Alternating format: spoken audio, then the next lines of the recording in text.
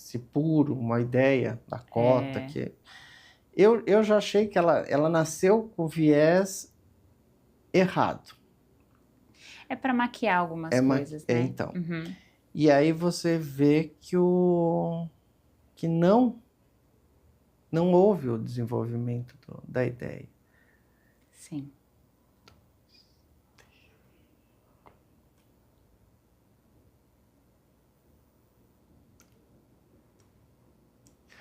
Bem-vindos a mais um Podes Ler. Hoje contamos com a presença da ilustre Priscila, que contará um pouquinho da história dela, como ela chegou ao estágio que ela se encontra hoje, os desafios de mudança de carreira, de ser mãe, empresária.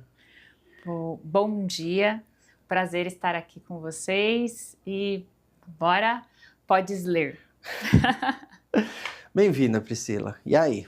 Me conta primeiro quem é a Priscila. Wilson, prazer estar aqui.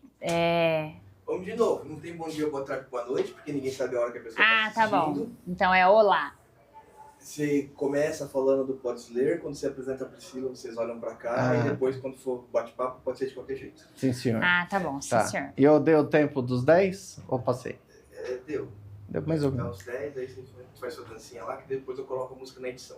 Tá bom, sim, senhor. Tá Aí eu posso fazer a dancinha que eu quiser. A dancinha eu fico olhando assim ou eu fico olhando pra ele? Tanto faz que só tá aí na então tá bom. Pode curtir a vibe. Então tá. Porque daí eu fico mais livre não, né? Mais livre. Senão sai todo mundo do... Olá, quem é essa?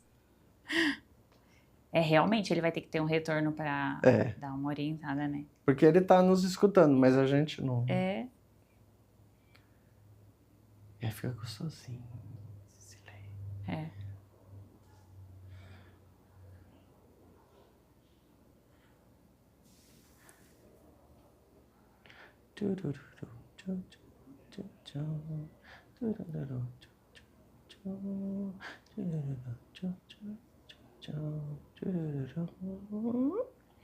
Bem-vindos a mais um Podes Ler. Hoje teremos como nossa convidada a Priscila, que vai falar um pouco da história dela, de como o caminho trilhado até chegar na Priscila de hoje, como empresária, como transição de carreira. Então, bem-vinda, Priscila. Uma satisfação estar aqui com vocês, um prazer e vamos lá, vamos podcastear. Vamos lá, conta um pouquinho de você. Não, pode contar um pocão, tá? A gente é meio chato, adoro ser chato, então solta a voz aí. Uma satisfação estar aqui. Um pouquinho da Priscila, né? Eu sou mãe do Matheus Lopes, tia do Guilherme Henrique, sempre vocês vão estar ouvindo falar, ele está junto, esposa do Márcio. Mas a Priscila, eu tenho 42 anos, hoje sou dona, né, do Instituto Pri Lopes, que é especializado em gestão comercial e transição de carreira. Mas a minha jornada começa no magistério, né? Eu sempre falo assim, que eu nunca quis ser professora, mas eu queria ser bancária, tinha um caixa eletrônico, minha mãe comprou um caixa eletrônico para mim, que eu trabalhava, eu pegava aqueles folders que tinha do Banespa na época, eu queria ser bancária e eu usava as bonecas como clientes. Então, desde pequena eu já queria ser bancária, queria trabalhar em escritório, mas aí no meu ensino médio fui estudar para ser professora. Então, meio que uni um pouquinho, tenho 7 irmãos. A minha mãe e meu pai têm uma jornada muito bela aí dos meus irmãos. Então, são os meus irmãos por parte de pai que vieram morar com a gente, os meus primos que a minha tia faleceu e meus pais adotaram. Então, a minha família sempre foi muito grande. Eu tenho 15 sobrinhos, então sou a tia Pri também. Meu apelido é Pim. Então, eu me chamo Priscila Damiela, com M. Então, já que você queria saber da Priscila, eu chamo Priscila Damiela, minha irmã chama Paloma Damiana, coisas de mamãe, nome composto. E não é Daniela, é Damiela. Não foi um erro de cartório. Foi escolha. Foi uma escolha. E eu sempre brinco que a minha mãe, ela fez uma promessa para Cosme Damião e graças a Deus eu não chamo Priscila Cosme. Eu chamo Priscila Damiela. Porque se a gente fosse seguir a promessa, ia ser Paloma Damiani e Priscila Cosme. Então eu não reclamo do Damiela. Ela pode ser estranha, mas ela tem bom senso. Exatamente. Então, sempre gostei de gente. Minha casa muito cheia mesmo, muito festeira. Então, tudo que eu faço hoje é reflexo, ou do que eu sou hoje é reflexo do que eu aprendi com eles, assim, sabe? Então, eu me divirto, sou animada e sou brava também, porque também faz parte da necessidade humana ser um pouco brava. E todo mundo fala isso, que eu sou brava dentro da minha família. Mas eu sou fofinha, fofinha. E aí, hoje eu trabalhei 20 anos no mercado financeiro, no Unibanco e no Itaú. E depois, em 2019, 2020 exatamente, eu decidi sair para poder abrir a empresa e aí entrou a pandemia. Então, eu sempre falo que a construção da carreira foi baseada em tropeços e acertos, mas numa jornada que deixou um pouco de casco grosso, mas isso que faz as coisas ficarem diferentes, né? Eu tenho 2 cachorros, o Bruno, que eu achei recentemente, faz 6 meses, um Shih Tzu, e o Luke, que depois virou o xodó da casa, e agora a gente é escravo deles. Normalmente, eles são os donos da casa, afinal, eles que ficam na casa, né? Exatamente. A gente só dorme lá e olha. Então, tudo é em volta da organização do dia deles. Isso quando eles deixam a gente dormir, né? Exatamente. Então, tudo é em volta da organização deles e é isso, assim, hoje é quem eu sou a tia bagunceira, mas também sou a tia brava ali que ajuda os sobrinhos a refletirem. E eu tenho filhos adolescentes, né, então tem que ser divertido um pouco. Fala um pouquinho do seu projeto do Instituto. Instituto, né? No Instituto, Projeto Only Por que Way. Instituto? No Instituto Pri Lopes, o que acontece? Quando eu construí esse instituto, ele virou um instituto que geralmente é educacional. Quando a gente olha instituto, ou é uma ONG ou é educacional. Só que quando eu fui olhar dentro do significado de instituto, é algo que trabalha a parte de comportamento. Então, hoje no instituto tem a parte de mentoria de transição de carreira, toda a parte de carreira, onde a gente olha currículo, LinkedIn, olha a parte de entrevista, olha toda a parte da carreira da pessoa, da história, porque a gente foi formado socialmente que a nossa carreira precisava ser onde você estuda, você iniciou sua carreira, é onde você vai se aposentar e é onde você trilhou aquele caminho. E agora, no momento, na atualidade, a gente está fazendo muitas transições de carreira e está tudo certo. E aí a gente fica, mas eu tô começando do zero. E na verdade não, é que foi um histórico social de que a gente ia ter uma profissão única, e não. Então, muitas vezes você, igual eu, comecei no magistério, fui parar no banco depois, virei telefonista, depois fui ser gerente dentro do banco, então... Se eu for considerar que eu zerei a página, não, o que eu aprendi na outra profissão é o que, de fato, está me transformando num profissional melhor. Então, dentro de transição de carreira, eu fui trabalhando muitos clientes que eles se achavam menos quando eles foram demitidos, principalmente na pandemia. Na pandemia, teve muitas demissões por cautela dos empresários, das empresas, mas também por questões financeiras das empresas.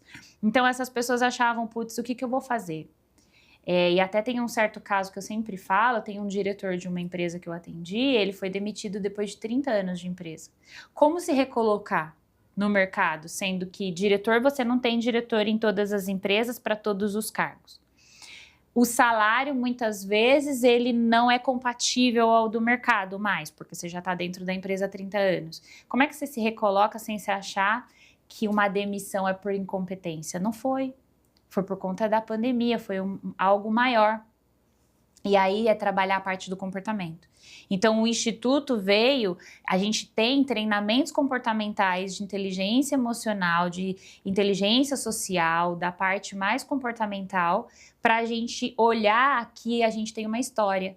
Então, na maior parte dos ciclos de mentoria de carreira e de negócios, eu tive que incluir partes de comportamento. Por quê? Porque você não entra por conta da parte técnica na empresa. Você fica por conta da parte comportamental.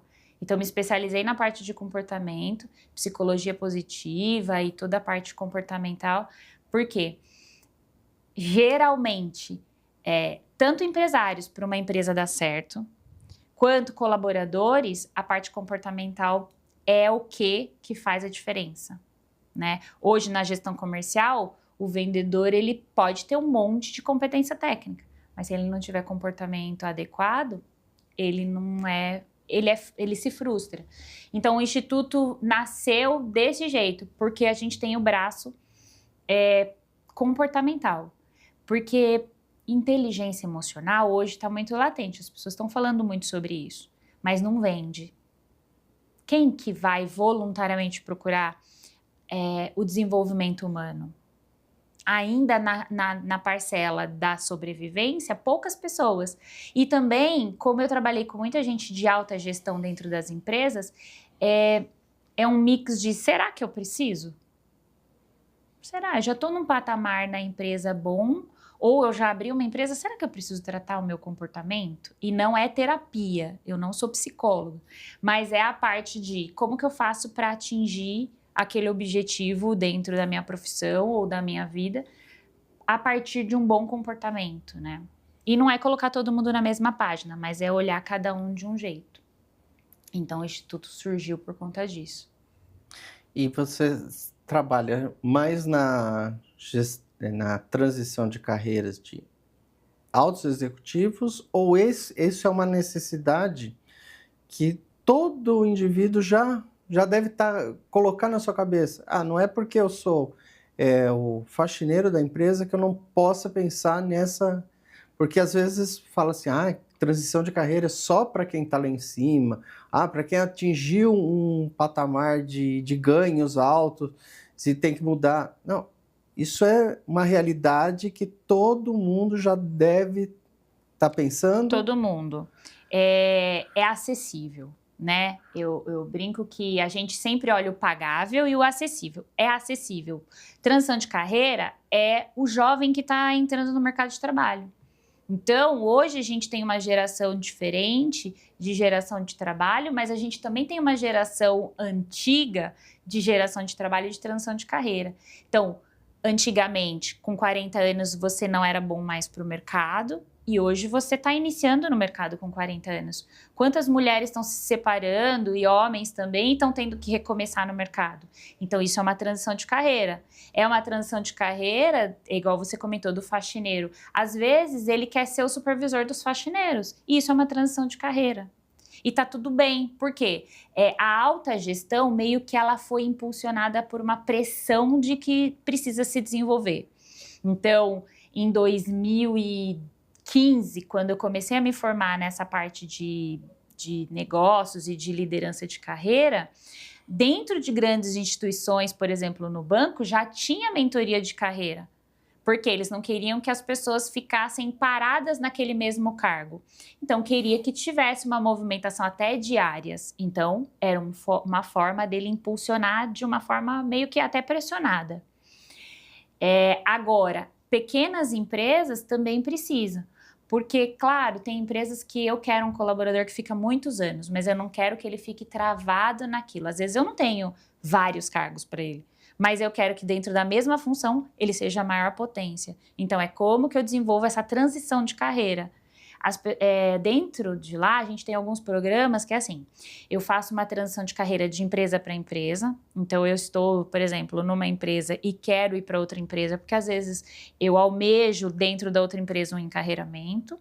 Eu posso fazer transição de carreira dentro da minha própria empresa, então dentro de departamentos ou ganhar promoção, e eu também posso fazer o meu plano de desenvolvimento individual, que não tenho encarreiramento nesse momento pelo meu momento de vida. Não quero ser promovida, mas eu quero ser a melhor nessa minha carreira aqui. Então, é tudo uma transição de carreira. E a alta gestão, não tem jeito, ela precisa participar desses processos. Mas hoje a gente tem essa acessibilidade de trazer para o mercado, assim, eu não faço programas fechados.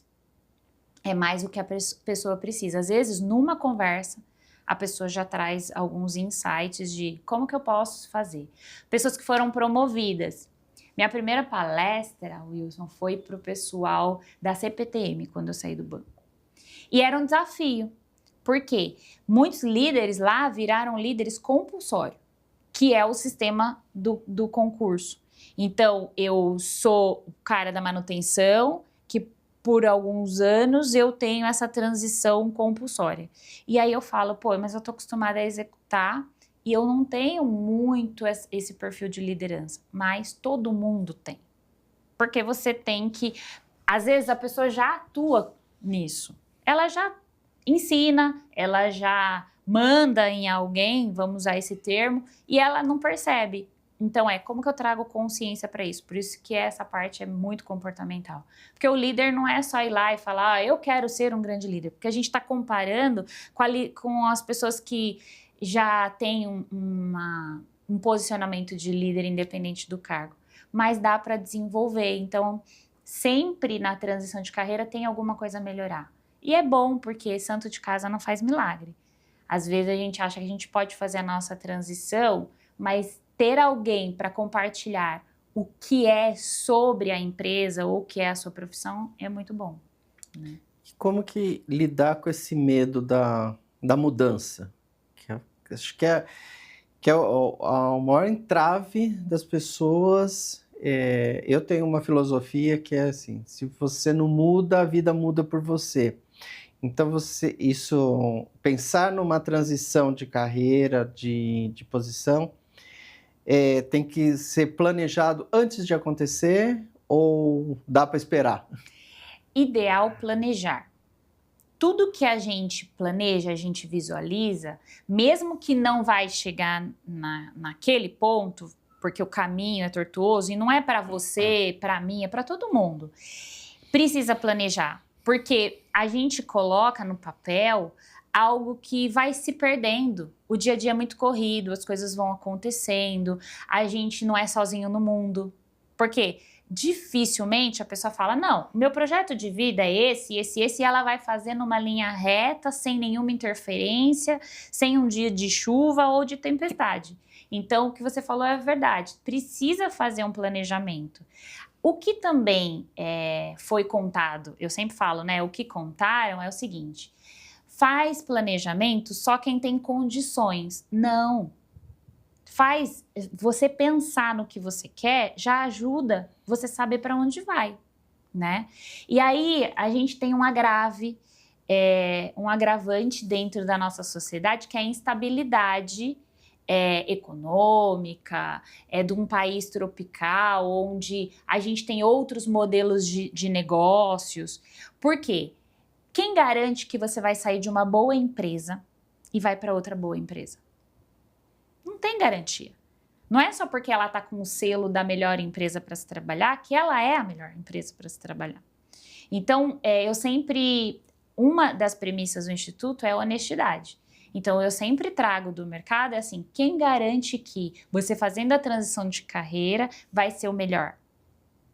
Porque, às vezes, você está tentando fazer a transição de carreira porque você está fugindo de alguma situação difícil daquela empresa ou daquele setor ou daquela gestão para tentar pular o caminho para poder ir para o outro. Geralmente tem isso. Não é só porque a pessoa quer, eu quero só ser gerente. Tá, mas você sabe quais são os desafios de ser gerente? Quais são os desafios de ir para o outro caminho? Você está pronto para... eu estou pronto para o embate. Porque tem oscilação. A gente que é empresário também sabe. Você está pronto para o próximo nível de abrir mais uma unidade, por exemplo? Ou até aqui no Espaço Ler, você está pronto? Vocês estavam prontos para abrir várias salas de cowork quando vocês abriram e era uma livraria? Então, ninguém está pronto para tudo ser perfeito. Mas você está pronto de uma forma aberta para poder planejar, já que mudou a rota? Então, o desenvolvimento de carreira é exatamente isso. Como eu posso amenizar os percalços que vão acontecer. E planejar faz toda a diferença. Eu me lembro que no banco, em 2010, eu fiz um programa com um colega de trabalho, ele fez um encontro de mulheres para carreira. Isso em 2010. E aí lá tinha um exercício, você escreveu o jornal da sua vida daqui 10 anos. Como seria o jornal da sua vida? E eu escrevi que eu teria uma empresa de carreira, que eu ia estar trabalhando só nessa empresa, que eu ia ter saído do banco de uma forma muito positiva, que eu ia ter ganhado prêmios no banco, que eu ia ter tido colaboradores, tal. Beleza. Guardei esse material, que eu tenho o hábito de guardar, guardei o material, tudo. Em 2020, saí do banco, abri a empresa e fui fazer aquela faxina, porque daí você também quer fazer uma faxina achando que tudo que você já teve ia fazer uma limpeza. E aí fiz a faxina dos meus arquivos, olhando os papéis, achei esse jornal e estava escrito, tinha acontecido. 90% do que estava lá. Parece até romantismo, né, de coach, tipo, ai, Priscila, mas estava, eu tenho até hoje. Então eu saí ganhando um prêmio do banco. E eu não lembrava, não ficava revisitando. Então, às vezes, o caminho vai te levando à modelagem para que você vai e cumpre o que você tem que fazer. E pronto. Porque a gente tem um modelo de gerações. Então, o que os nossos pais falaram pra gente? Estuda para trabalhar, para você se aposentar. O que a gente fala para os nossos filhos? Então, o que é o modelo de trabalho agora? E aí a gente vai levando e vai tentando fazer. E aí, se você for demitido é porque você é incompetente. Não olha o outro cenário, que às vezes a empresa fez uma reestruturação e diminuiu o quadro. E não é sobre você, é sobre como está funcionando na empresa também. Então, como que você faz esse ajuste? Essa consultoria e mentoria de transição de carreira ajuda a ter esse olhar 360. Eu comparo muito isso com os nossos principais verbos, ser e estar. Muitas pessoas acreditam que eu sou médico, eu sou diretor. Não, você está diretor, você está médico. Ontem eu tive o prazer de reencontrar um antigo cliente que veio aqui para fazer com a filha para fazer aula de reforço. Uhum. E ele também trabalhava na área farmacêutica. Ele trabalhava aqui, todo engravatadinho, bonitinho. Bermudão, camiseta, acompanhando a filha, porque agora ele é dono de um bistrô. Então, ele estava no mercado, agora ele está em outro. Então, a gente tem que sempre estar preparado para estar. A única coisa que a gente é um ser humano. Uhum, sim. É a única coisa que a gente tem. O resto, a gente está. Então, como que o teu instituto trabalha isso, né, para as pessoas entenderem que nada é definitivo, é tudo transitório e tudo é uma construção, né? Sim, sim. Eu acho que é um dos pontos, assim, muito importantes, porque pensa bem, às vezes as pessoas vão fazer entrevista de emprego, isso é um exemplo, assim, simbólico. Vai para a entrevista de emprego e quando não passa, volta e até chora. Eu não passei, o que eu fiz de errado? Você não fez nada de errado. Talvez tenha coisas a melhorar, ok? Só que é mais sobre o que a empresa quer. De 2 candidatos, você tinha o inglês que eles pediram? Meu inglês era intermediário. Tá, e se o outro candidato falasse fluente e esse fosse um critério? Então não é que você foi ruim, porque a gente também tem essa questão de eu sou ruim, eu não sou tão boa quanto o outro. Não, você está numa posição de melhoria, todo mundo está numa posição de desenvolvimento. Quando a gente se coloca um pouco mais humilde até nessa posição de estar, a gente começa a entender que a gente está num aprendizado contínuo. Então, eu sempre falo, não radicaliza as coisas. Então, Priscila, mas na pandemia, muita gente saiu do mercado de trabalho destruído. Porque talvez era o momento que ela mais precisava estar empregada, porque é o nosso elo de competência, de como que eu pudesse falar. É onde a gente se sente honrado de trabalhar, utilizável, sei lá, sabe? A gente está se sentindo dando uma contribuição para a sociedade. Então, se você perde o trabalho, é como se você fosse incompetente. E as pessoas fazendo transição, cabisbaixas, sem saber falar. E a pessoa era uma potência. E aí, quando a gente na sessão, às vezes, trabalha essa parte de comportamento, de que você não é o Itaú, por exemplo. Eu não era o Itaú. Mesmo que as pessoas me encontrem e falem, você não tá mais no Itaú, a Pri do Itaú. Você vira meio que o elo daquela empresa e aí você vai tirando aquela casca depois de um tempo. Você tem que fazer as pazes com isso, porque é o que você falou. Eu não sou o Itaú, eu estava no Itaú. Então, a gente tem que trabalhar isso, porque senão ela chega dentro, sei lá, de uma nova conversa ou quando ela abre a empresa dela, ela começa a trazer a cultura do que foi ou a cultura do que ela repelia, né? Então, eu sempre conto isso, que é assim, a cor do Itaú Personalité é dourado com azul. Eu saí ganhando um prêmio, eu saí muito feliz do Itaú. Só que como eu trabalhei 20 anos na instituição, quando falam assim, Priscila, você vai abrir sua empresa, que cor vai ser sua paleta de cores? Como vai ser sua identidade?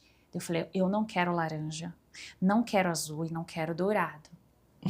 Por quê? Mas faz parte, você vai trabalhar com carreira, as pessoas gostam de azul marinho, você gosta, dourado, você gosta, você usa, tal. Não quero. Não quero que crie este vínculo. Olha, no meu psicológico, se eu continuasse com essas cores, eu ia estar sendo ainda o Itaú, entende? E no final das contas, na pandemia, 50 dos meus clientes eram do Itaú, que foram desligados ou queriam fazer transição. Eles foram a minha próxima empresa. Então, assim, depois eu fui me desvinculando disso, tá tudo bem, pode ser dourado, pode ser azul marinho, porque eu compus o que o Itaú é e não o Itaú compôs o que eu sou. Eu estava no Itaú e por isso também eu fiz melhor a marca deles.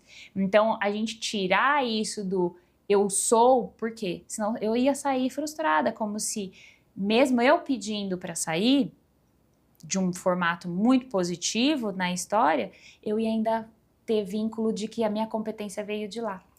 Se não fosse aquilo, eu não estaria aqui se não tivesse... Mas é exatamente isso. Exato. Eu estou aqui justamente porque me aconteceu aquilo. Exato. Então, a gente... É uma premissa, né? Que a maioria das pessoas, eles acham que tem que negar o que aconteceu para evoluir.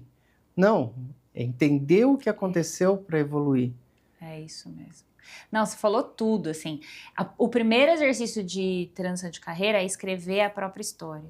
Escrever mesmo, falar, nossa, parece juvenil, né? Tipo, escrever Porque é onde você vai colocar detalhes. Igual, muita gente que eu atendi, eu acabo atendendo muita gente de 30 a 60 anos. Quando vai escrever, escreve com orgulho. Eu comecei a trabalhar com 10, 11 anos. Entende? Então, por exemplo, a história da minha mãe. A minha mãe, ela começou a trabalhar como copeira numa empresa. E um dia viu que faltou uma funcionária, a funcionária pediu a conta de compras. Ela chegou no chefe dela e falou, deixa eu aprender. Deixa eu aprender. Ele falou, é sério? Eu aprendo. Ela virou compradora. Hoje a minha irmã é compradora. E depois de um tempo, quando ela casou, ela se dedicou aos filhos. Então, olha a história dela. E aí, assim, tudo isso faz muito parte do que ela é hoje. Então, ela não ficou nunca parada de trabalhar. Se você pensar que eu tenho um irmão de 56 anos, né, que são os meus irmãos parte de pai, que moraram com a gente, e ela cuidou de todo mundo, ela cuidou de todos os netos, essa força de vontade dela lá fez o que ela é hoje. Então, ela nunca parou de trabalhar, se você for olhar. Então, ela tem muitas competências, né? E aí a competência da comunicação, depois ela ainda vendia... Minha mãe, eu brinco que ela vende qualquer coisa. Ela é a maior vendedora da história, porque você conversa com ela, tudo que ela concorda, ela vende, ela oferece, ela fala, ela dá aconselha. Então, imagina, se ela falasse assim, eu não sou nada porque eu cuidei dos meus filhos, tipo, eu sou dona de casa. É o que você falou. Se ela ficasse se apegando que ela não estava lá. Mas olha isso, você ser copeira e você falar pro cara, acredita em mim que eu vou dar conta. Então, acho que é o que você falou, a gente não pode negar o que foi para poder, meio que, acho que vender um pouco na sociedade, que a gente tem que desmerecer um para poder tá bom no outro. Não. É a mesma coisa, eu sempre falo com muito orgulho por conhecer você, a Fernanda, da história daqui. Quando inaugurou, era um modelo. Agora é outro modelo, vocês se reinventaram na história e traz uma trajetória maravilhosa. E aí, pensa se você fala, não, eu abri, vai ser daquele jeito, só daquele jeito, eu não vou fazer reforma, eu não vou trazer inovação, eu não vou estudar, eu não vou me envolver. Como é que seria? A gente vivenciou, né? Você pontuou, né? A pandemia. A pandemia, ela foi um momento triste do mundo, mas, ao mesmo tempo, ela fez muitas pessoas se redescobrirem. Ou, perdi o emprego, nossa, olha o que eu comecei a... Aí, o que acontece com você? É o que a gente sempre fala. Não é o que acontece com você, é o que você faz com o que acontece. Né? Para nós, a pandemia foi uma virada de chave. Assim, ela é um negócio, né, que hoje resultou no Podes Ler, mas ele foi uma construção que veio de lá de trás. E ela é tudo uma consequência. E assim, as decisões que a gente teve que tomar, a gente abandonou outros. Tem um amigo que fala que a cada dia a gente mata um sonho. Mas por quê? Nossa, morte? Matar? Não, porque você transformou aquele sonho em realidade. Porque se você não tivesse sonhado naquele momento lá atrás, olha, vou ter uma empresa, não teria ido caminho, cristalizado isso. Porque nada acontece só no mundo físico, né? Primeiro ele tem que a gente precisa nascer sentir, aqui dentro, nascer para crescer. Isso então, mesmo. De onde que vai sair? No interno. Então, eu enxergo do jeito que você transmite o Instituto, é isso. Despertar o que já está lá dentro da pessoa. Você não vai criar aquele modelo que antes falava assim, não, eu vou pegar essa pessoa e vou transformá-la. Não, você só vai... potencializar.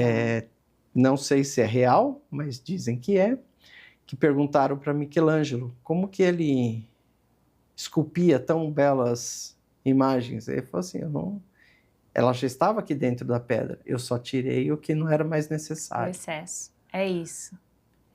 Eu acho que isso que você está falando é verdade, porque, por exemplo, a mentoria, a consultoria de carreira, ela evoluiu para uma consultoria de negócios. Por quê? Na pandemia, os clientes que eu atendi, muitos se encontraram abrindo seus negócios, que receberam boas rescisões, ou já estavam na época de se aposentar, e aí você tá... Antes, a aposentadoria, a gente aprendeu o quê? Que na aposentadoria a gente ia ficar paradinho na praia, tomando uma caipirinha para sempre, mas não, você tá na potência do que você entrega, né? Então, você sai, primeiro, você sai de repente até com uma parte financeira, que é um dos agravantes dos entraves de carreira, de você avançar ou você travar, né? Então, muita gente, dependendo do motivo que ela está trabalhando, ela dá uma travada, porque às vezes o salário dela inteiro vai para cuidar da casa, e aí ela não consegue ousar tanto. Então, eu sempre coloco isso na balança, que é o que você falou, os sonhos, às vezes eles são um pouquinho adiados, porém, na pandemia aconteceu isso. A consultoria de carreira acontecia, muito bom. Mas aí o meu sonho foi transformado na consultoria de negócios. Por quê? As pessoas também ficaram iludidas o quê? Eu ganhei um dinheirão da minha rescisão. Vou comprar um container e vou vender tudo da AliExpress. Na época estava muito, muito famoso isso. E vou comprar tudo e vou... Tá, mas o container não está chegando. Nós estamos na pandemia, né, amigo? Então, a gente fazia o business plan e ele saía um pouco mais com o pé no chão daquilo. Então, é o que você falou, os sonhos vão sendo realizados. Talvez eu estaria na mesma se eu ficasse só com esse assunto. E aí eu fui ajudando os meus clientes a olhar um pouquinho de negócio de uma forma mais realizável, né? Porque também a gente se ilude com o mercado. Aí começou a parte mais digital e aí falava, você pode tudo, investe aqui, compra aqui, compra aqui. E a gente estava num mercado instável. E aí foi quando surgiu a parte da consultoria de vendas, onde eu nunca prometo que você vai vender mais, mas você vai ajustar a jornada do seu cliente e isso vai fazer você vender. Então você vai vender produto. Para que nasce uma empresa? Para atender uma necessidade, resolver um problema de um cliente. Então, como que você ajusta os seus sonhos para poder atender assuntos desafiadores, né? Que é natural abrir uma empresa desafiadora, ser colaborador também é desafiador, e vender é desafiador, mas todos somos vendedores. Porque todos estamos vendendo alguma marca, estamos falando sobre nós, estamos vendendo nosso posicionamento. Então, como que você coloca os seus sonhos para funcionar num país e num mundo instável, que mesmo supostamente em países estáveis são instáveis, né? Como é que você faz isso e faz com prudência? Porque a minha primeira pergunta, tanto para você abrir uma empresa quanto para você fazer uma transição de carreira é, a sua parte financeira te permite isso? Porque eu não posso brincar com os sonhos das pessoas. Enquanto tem muita gente falando, sai, vai viver do que você ama, mas primeiro você tem que amar o que você faz. Se você não amar o serviço ruim, você não vai amar o serviço bom, porque você vai trazer as suas construções negativas para aquilo. Você deve ter muito mais exemplos, né, de pessoas que falam assim, nossa, eu vou largar o meu emprego e vou trabalhar por conta. Agora eu não tenho mais patrão. Aí eu falo assim, nossa, antes você tinha um. Aí você vai conseguir buscar clientes, vão ser 30, 50 patrões diferentes que vão te cobrar o seu serviço. E aí eu falo assim, nossa, mas agora eu estou trabalhando mais. Eu falo que hoje, por dia, eu me dedico no mínimo 10 horas do meu dia aqui ao espaço. Antes, na minha carreira anterior, eram mais 6 horas. Mas as 6 horas que de antes, se fosse colocar na balança, que valeria umas 18. Peso do... a cobrança, então, de cada personalidade, né? Então, e aí as pessoas estão preparadas para isso, porque quando faz a mudança de empregado para empreendedor, o Júlio da Bitcoin coloca bem assim, uma coisa que nem todo empreendedor é empresário, nem todo empresário é empreendedor. Você tem essas duas características para você gerir um negócio, você tem uma ideia, mas você é empresário, você consegue? Assim, ó, isso que você falou acontece todos os dias e toda hora. A pessoa ilude-se com essa questão de abrir um negócio, né? Porque ela acha que é mais fácil. Enquanto a gente tiver a mentalidade de que o do outro é mais fácil versus o que você faz atualmente, tá fadado ao fracasso. Porque isso vai acontecer na sua carreira CLT ou na sua carreira do empresariado. Ou do autônomo. Que muita gente só quer fazer o salário. Né? Eu tenho um parceiro de negócio, o Marcelo Monteso, e ele fala uma coisa assim: existem pessoas que querem apenas construir o seu salário. Então, ela teria até uma potência de ser um autônomo, sei lá, ela é um autônomo, um corretor. Ela pode fazer mais do que 10 mil, mas quando chega no 10 mil, ela baixa a frequência dela de prospecção, por exemplo. E isso é verdade, acontece em todas as profissões, é a mesma coisa. Eu não quero ser promovida, então eu vou fazer menos do que quem quer que vai lá e faz. Não pode ser assim, trabalho é trabalho. Semana passada eu dei uma aula numa mentoria do Lucas Silva e eu falei para todo mundo algo que eu tô falando em todos os treinamentos. O porquê que a gente trabalha. Por que você acha, Wilson? Por que a gente trabalha? É uma ótima pergunta. Quem me respondeu essa pergunta foi o Eduardo. Ele falou que a gente trabalha para pagar boleto. Para pagar boleto, isso. Não! Não, assim, tem vários cenários, né? Mas o que gerou aquele boleto? Foi um desejo meu. Se eu não quisesse, eu tenho que pagar a parcela do carro. Eu pago porque eu quero, porque eu quis ter aquele carro. Eu fiz um planejamento para não ter que pagar aquela parcela? Não, eu quis ter o carro, eu falei, eu vou pagar a parcela. Então, arque com a consequência. Então, por que a gente trabalha? Para preencher desejos. Aí que é o perigo na nossa índole.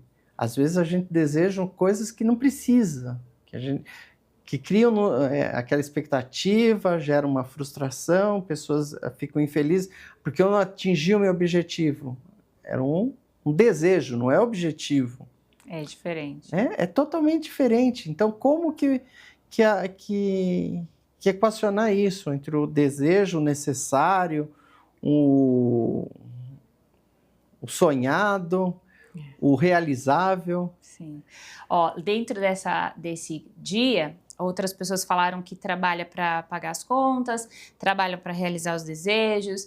Teve uma outra moça que trabalha para pagar os tratamentos dos filhos autistas. Tem gente que é para comer. E para trabalhar, tem vários motivos. Então, por que eu levanto todo dia e vou trabalhar? Daí teve um rapaz que falou sobre propósito. E aí, existe um estudo que diz o seguinte: a gente vai arrumar um trabalho para trabalhar. A função é chegar e ver quais as suas... o que você tem que fazer no seu trabalho. O restante é consequência. O boleto que você gera, o propósito que você vai, o porquê você escolheu aquele caminho, o que você tem que comprar arroz, feijão e macarrão. Porque dependendo de onde a gente está, a pessoa pega o dinheiro e é para viver. Dependendo de onde está, ela consegue transformar em outras coisas. Então, dentro de uma escala de necessidades, o trabalho vem porque ele foi o formato de troca do dinheiro versus a sua entrega física e intelectual. Então, quando você acorda, você levanta para ir trabalhar. Então, isso eu sempre falo em todos os treinamentos. Então, eu dei treinamento para um grupo de vendedores de loja. Quando eles ouviram, eles falaram, meu Deus, por quê? Porque a gente estava trabalhando fofoca, estava trabalhando descontentamento com o colega, estava trabalhando dentro ali o comportamento ruim. Se ele levantou para trabalhar, por que ele está arrumando confusão com o colega? Ponto. Para. Levanta e vai trabalhar. O seu objetivo final é pagar suas contas? Então você tem que valorizar o seu trabalho. O seu objetivo final é comprar o carro?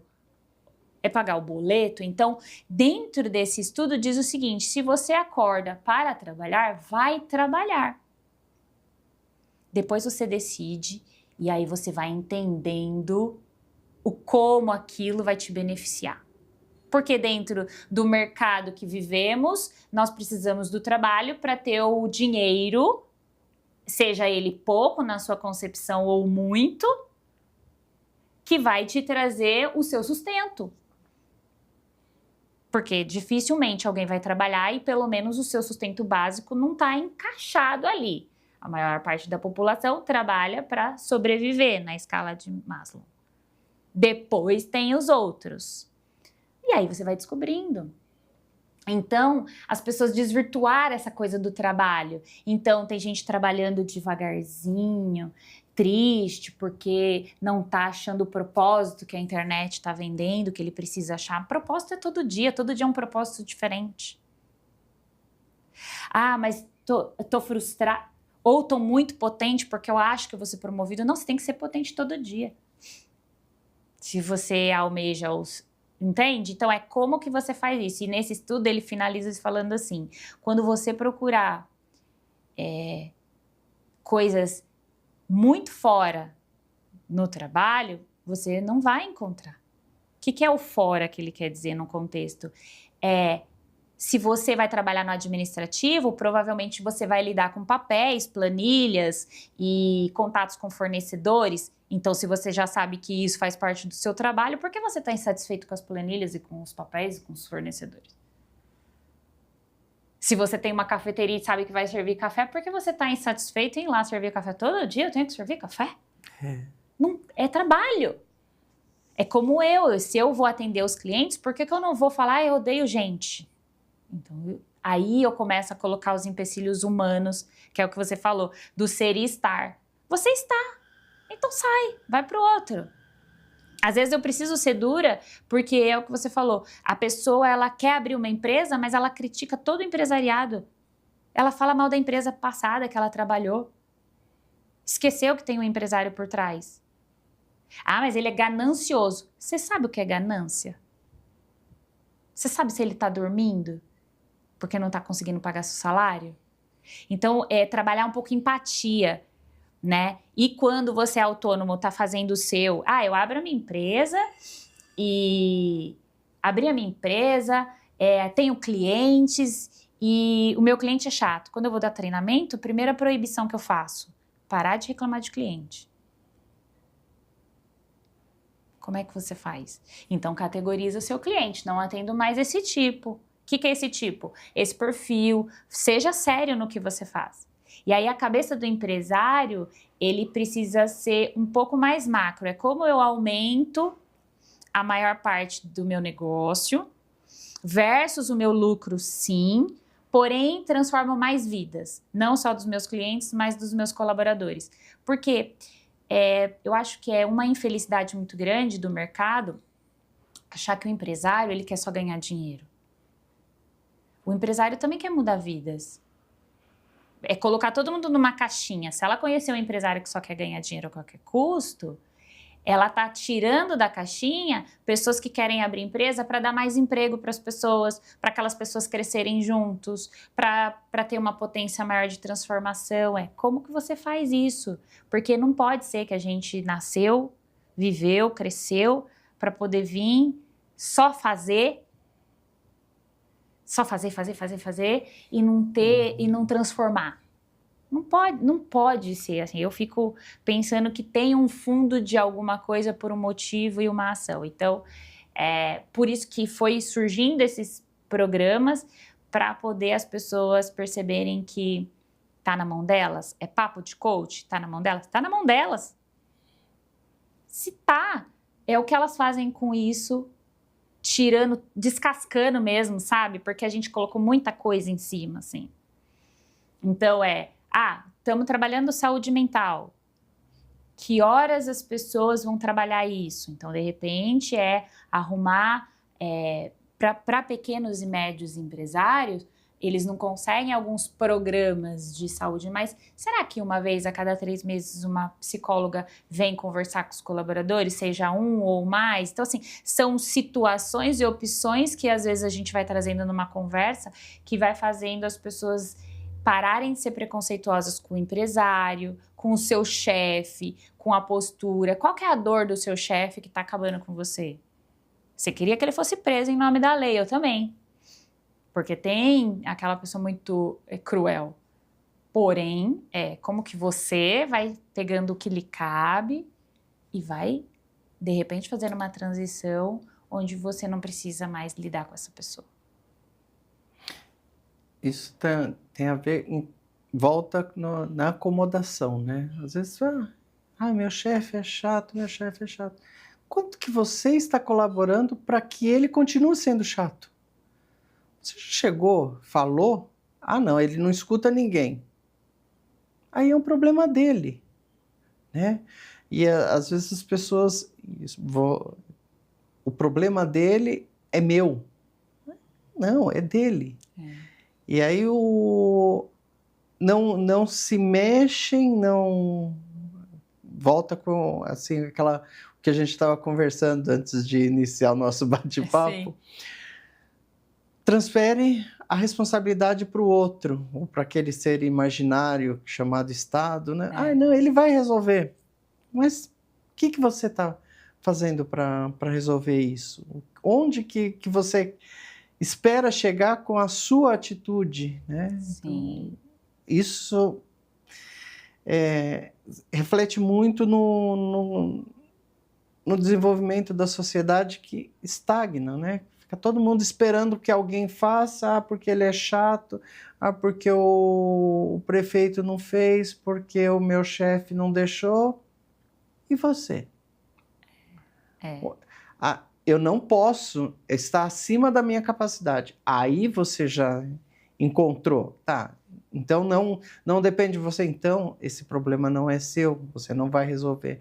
Então não adianta você pichar uma estátua, tacar uma pedra num vidro, porque não está na sua competência. Mas você deve se conformar com não estar na minha competência e eu não vou fazer mais nada? Não, isso aí não é um problema meu. Isso que você falou acontece muito. A gente está sempre procurando a transferência de responsabilidade.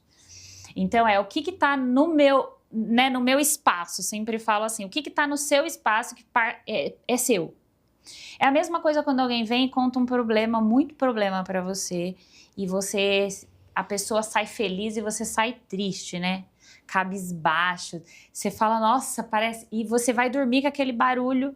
Por quê? Porque a gente não aprendeu a gente acha que a empatia é você comprar o problema do outro, e na verdade não. Quantas vezes nós fizemos isso que é natural?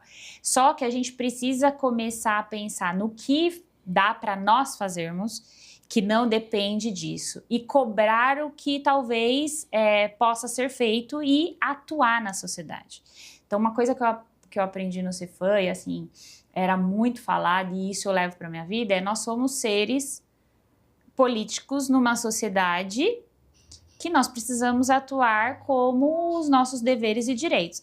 Mas aí eles não fazem tal. É o que você falou. O que eu, dentro do meu espaço, posso fazer? Porque se eu tô dando o meu jeitinho sempre, né? Eu sempre brinco assim, que Deus é que tá vendo. Eu falo isso pro meu filho e pro meu sobrinho. A questão é, quem é você quando ninguém tá olhando e ninguém tá vendo? É isso que é você. É isso que é você na sociedade, né? Então eu deixei um saco de dinheiro na sua frente. Quem é você? E ninguém tá vendo, ninguém tá nada. Então é não mexer, independente se é certo ou errado, se alguém disse para você fazer ou não. Não mexa, não é seu. Então é o que você falou, a gente vai acomodando, esperando a solução do outro. E a gente tem um fluxo assistencialista natural desde muitos anos, desde da nossa descoberta, conquista, sei lá o que a gente pode dizer, né? Mas aí é cultural.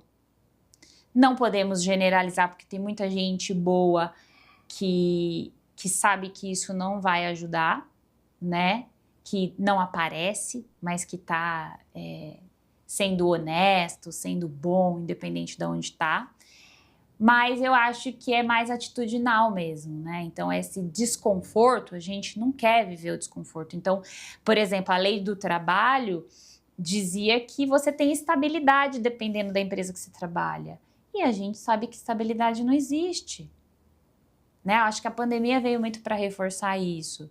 Então, quando eu sou concursado, eu tenho estabilidade? Também não, porque se você tiver um processo administrativo, você também pode ser afastado. Então, a gente foi levando essa contação de história de que a gente tem estabilidade. Então, não é porque a gente tem uma empresa aberta que ela sempre vai estar, né? Então, quantos colegas a gente já não viu que, por exemplo, se surgir um projeto muito positivo para o negócio, a gente vai mudar a rota. Então, mudanças de rota acontecem, sendo você CLT ou não. Agora, o que depende de mim? Como que eu, Priscila, trabalhei 20 anos no Itaú e podia mudar algo lá? É institucional. Uma cultura demora quase 10 anos. Quando teve a fusão Unibanco e Itaú, por exemplo, eles deram 10 anos de previsão para mudar uma cultura. E ainda assim tinha gente que falava, quando eu era isso, quando eu era aquilo. Então, trabalha um pouco o ego, trabalha um pouco aquela questão da minha empresa. É igual a gente, quando a gente tem que mudar alguma coisa, às vezes a gente fica resistente. Então, como que eu vou para a resistência de uma forma positiva? Acho que é passar pelo luto da mudança, respirar e ir pro próximo. Porque senão a gente fica aquelas pessoas ranzinzas, meio frustradas de que na época era bom. Se a gente for ver, a política nunca foi boa. Se a gente for ver, a estrutura das empresas nunca foi boa porque também estão em construção. Quantos livros a gente não tem aí contando como que tem que ser a nossa parte financeira, contando como que tem que ser os nossos negócios, mas ela veio de uma cultura americana ou britânica? Não serve às vezes pra gente. Né? Essa busca por padrão, né? Tudo tem que estar num padrão, ter um nome, a doença tem que ter... Tudo tem que ser categorizado.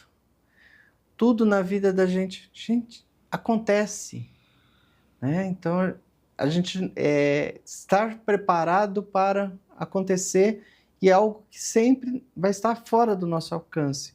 Porque se estivesse dentro do nosso alcance, a gente resolveria. Então, está fora. O que eu vou fazer com isso? Então, eu acho que você deve pontuar melhor. A transição de carreira é isso, né? Estar preparado para o inesperado. Como está preparado para isso?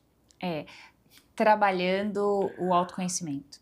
Né? Acho que de tudo isso que a gente falou, e você já citou, o autoconhecimento é que vai fazer isso. Então, quanto mais você se reconhece, né? Então, eu sei quando que eu tô estressada, quando que eu não tô aguentando mais. A gente não colocou travas na vida, né?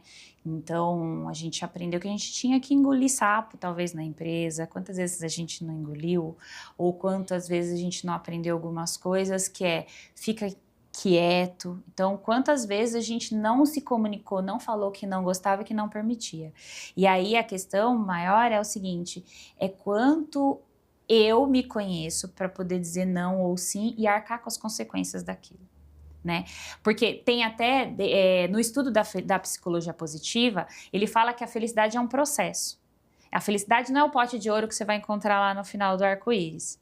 Porém, dentro desse processo, primeiro você vai encontrar muita coisa ruim, mas é um processo de felicidade a pequenos passos. Não se fala mais que você vai ser feliz lá na frente. Você vai ser feliz a cada situação, com a frustração e com aquela melhora naquela situação. Porque às vezes a gente também acha que agora tem um comercial que fala o seguinte: se frustre.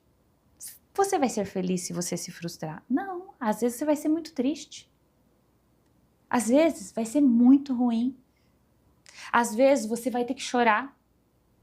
Às vezes você vai ter que ficar triste por dias e por meses. Mas é o quanto você consegue pegar essa situação que é muito trágica e muito ruim e aprender alguma coisa com ela, ou pelo menos dizer, eu estou superando. Porque também as pessoas acham que é o pó do pirim-pim-pim. Então, meu pai morreu. Não, mas agora tá tudo bem. Não, é uma dor que você leva para sempre. Mas é como você vai oscilando, às vezes, numa tristeza, no Dia dos Pais, por exemplo, ou no dia de Natal, e você vai superando aquilo. Então, as pessoas também estão romantizando algumas coisas que fica triste. Fica chateado porque o seu chefe falou que você é ruim e você está se doando. Mas aprende a se comunicar para você depois dizer para ele num feedback, depois que você respirar e dizer, eu entreguei o melhor que eu podia. E arcar com as consequências daquilo, que às vezes o cara também não vai gostar. É o que outra. Às vezes ele nem sabia. Exato. Porque é o casamento, né? Às vezes você faz uma coisa, você sabia que o que você estava transmitindo, que estava sendo recebido, era o que você estava falando, né? Eu estava lembrando, enquanto você estava explanando, de uma parábola budista. Que tinham 2 monges fazendo uma caminhada, e aí eles tinham que atravessar um rio e tinha uma moça na margem, e ela não atravessava por medo. Aí o monge mais velho pegou ela nos braços, atravessou ela para outra margem e continuaram a caminhada. Muito à frente, né, o mais jovem falou assim, monge, por que você carregou ela nos braços se nós somos proibidos de tocar em mulher? Eu fiz o que o caminho me mandava. Mas você percebeu que eu tirei ela dos meus braços na outra margem e você continua carregando ela até agora? Então, essa frustração, esse medo da dor, acho que é o Suassuna, né, que um vídeo dele lá falando que as pessoas adoram falar de coisa triste. Você começa a contar um fato triste, a pessoa te escuta. Agora você começa a falar assim, nossa, o ano de 2025 começou. Meu primeiro dia foi bom, meu segundo dia também foi bom, meu terceiro dia também foi bom. No 5º dia, a pessoa já tá fugindo de você. Nossa, muito feliz. As pessoas, infelizmente, não gostam de escutar coisas boas. E se apegam muito às coisas ruins. Sim. E isso, assim, reflete também no profissional. Muito. Às vezes, você tá ruim e não... Por que deixa aquilo, né? Continuar ruim? Mas eu não tenho a capacidade para mudar a minha empresa, não tenho capacidade para mudar um Itaú. Mas dá um sorriso para um cliente, quando um bom dia. Você mudou a cultura do banco? Não, mas você mudou a vida do seu cliente. E faz diferença. Faz. Do colaborador, então, quando você consegue... Eu atingi cargos de liderança lá, então a minha premissa era assim, eu vou receber assuntos difíceis e fáceis, né, da diretoria, das altas gestões, e vou fazer um filtro, né? Então como que você filtra sem ser também displicente, né, porque às vezes a gente quer amaciar tudo e não pode, mas trazendo cuidado com as pessoas, é o que você falou, nem tudo é possível, não está nas nossas mãos. Mas não dá para a gente ficar dormindo com o que não está nas nossas mãos. E é o que está acontecendo com a gente muitas vezes, e principalmente em transição de carreira, que a pessoa não está sabendo, e aí a gente meio que transfere, tá? Eu deveria falar na primeira pessoa, eu talvez não consiga entender o que ela está falando, ou eu não consigo às vezes o que você vai ver é que o divórcio da empresa é o melhor passo, que é uma coisa que a gente também não quer procurar, que é o que você falou. E aí a gente vai um pouco para o caminho do vitimismo. Não estou falando que é todos, mas às vezes, como nos países tropicais, né, a gente é muito acolhedor, por exemplo, o acolhimento também vem, o neném chora. Se o neném chora, a gente acolhe ele, tenta suprir tudo, às vezes ele nem quer e a gente tenta suprir. Ou, sei lá, muitas pessoas, por exemplo, uma vez eu fiz um curso no bombeiro mesmo, o bombeiro veio para a empresa e ele fez um treinamento de como a gente lidar com pessoas com a questão de deficiência visual, enfim. E aí ele falou, olha, sabe o que acontece? Às vezes a gente, sei lá, tá perto de um semáforo, tem uma pessoa parada ali na calçada e a gente pega essa pessoa que ela tá com a varinha e a gente vai lá e atravessa ela. Ela não quer atravessar, ali é a casa dela. Então, se você vê um cego, você pega no braço dele e vai andando com ele, às vezes ele não quer andar. Então, a gente meio que tá fazendo esse assistencialismo a todo momento, quer fazer isso a todo momento. Aí, às vezes, é só parar, olhar o que é seu e perguntar. Perguntar. Acho que é isso, assim, a gente pode até, né, ir indo para a finalização na questão, assim, perguntar e ouvir de fato vai fazer essa mudança, porque você até comentou do casamento, é verdade, às vezes a gente não pergunta e a gente não ouve, e a gente vai deixando as coisas acontecerem, né? Os mal entendidos e os bons entendidos. Agora é piadinha. Você falou que eu podia fazer piadinha. Pode, você pode. Ó, não é a internet. A moça pôs um comentário. Hoje, meu marido, depois de 34 anos de casado, ele me disse que não gosta de bolo de cenoura com cobertura de chocolate. Primeiro comentário. Nossa, é um motivo para divórcio. Afinal, ele, por 34 anos, mentiu para você. E como que alguém não gosta de bolo de cenoura com cobertura de chocolate? Aí ela respondeu, não, é uma prova de amor. Por 34 anos, ele comeu uma coisa que ele não gosta para me agradar. E agora, sabendo que ele não gosta, vai sobrar mais para mim. É sobre isso. É sobre isso. Tudo vê um lado positivo sem ser eufórico. Né? Sem se amilindrar por tudo.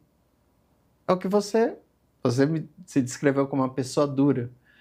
Mas sem a dureza, né, não se afia, não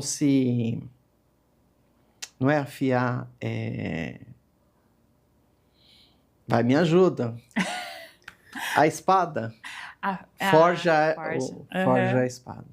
Isso é verdade. Sem a dureza do martelo e da bigorna, a espada não... E é você ali, né? Você é a espada. Sim. Você vai ser o instrumento da sua vida. Sim. Então, sem umas pancadinhas de um lado e o outro segurando aqui... É porque às vezes as pessoas estão eufóricas, né? O euforia é impulsivo, assim. Eu quero, só eu quero. Então, às vezes eu tenho que falar, calma. Não é assim. E foi o jeito que eu acho que o Instituto foi o jeito que eu arrumei para fazer o que a gente estava falando antes daqui, né?